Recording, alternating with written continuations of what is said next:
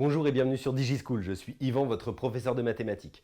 Ensemble aujourd'hui, nous abordons la 4e question du 4e exercice du sujet du brevet Métropole 2015.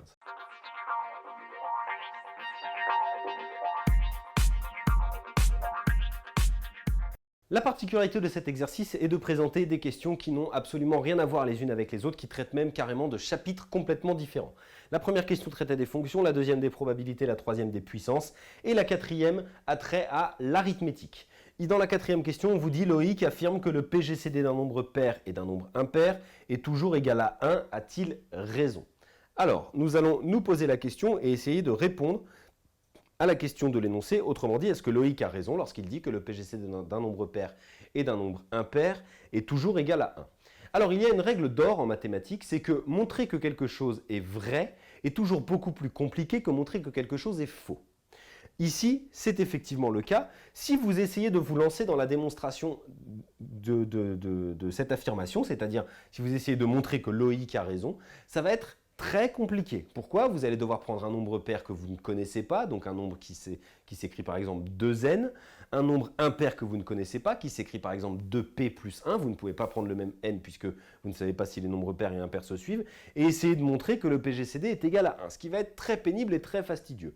Donc, mon conseil, puisque montrer que quelque chose est faux est toujours plus facile de montrer que quelque chose est vrai, commencez par essayer de montrer que la chose est fausse. En tout cas, faites des tests avec des exemples. Et effectivement, on va essayer de trouver ici ce qu'on appelle un contre-exemple, c'est-à-dire un exemple qui montre que ceci est faux. Il suffit donc de trouver un nombre pair et un nombre impair qui n'ont pas comme PGCD 1. Alors pour rappel déjà, le PGCD, ça veut dire plus grand commun diviseur, c'est un acronyme, qui désigne le plus grand diviseur commun à deux nombres. Donc il suffit de choisir deux nombres, un nombre impair, un nombre pair, et de montrer que leur plus grand diviseur commun n'est pas 1, mais est quelque chose de plus grand que 1, puisque 1 est le plus petit diviseur commun à deux nombres quelconques.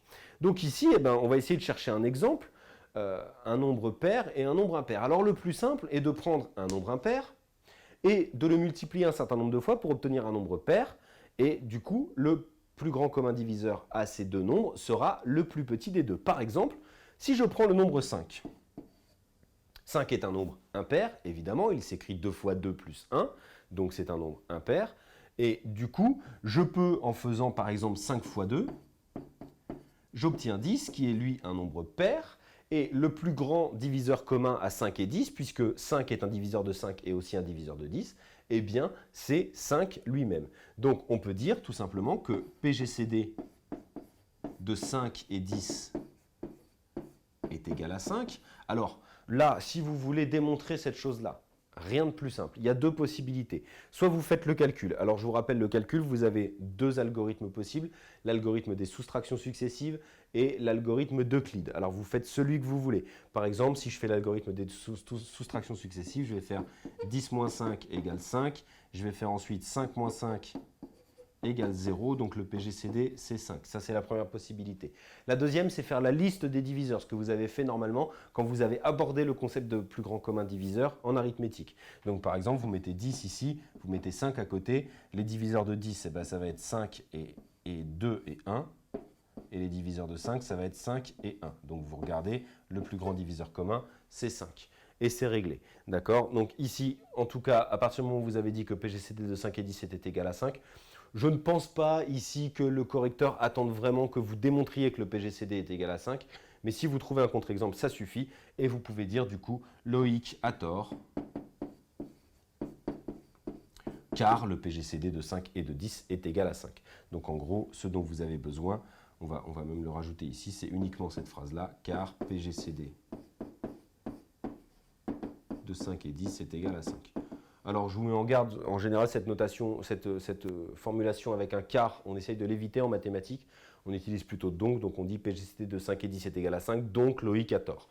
Ici, ce n'est pas extrêmement grave sur une petite question comme ça, mais effectivement, on essaye d'y penser quand même.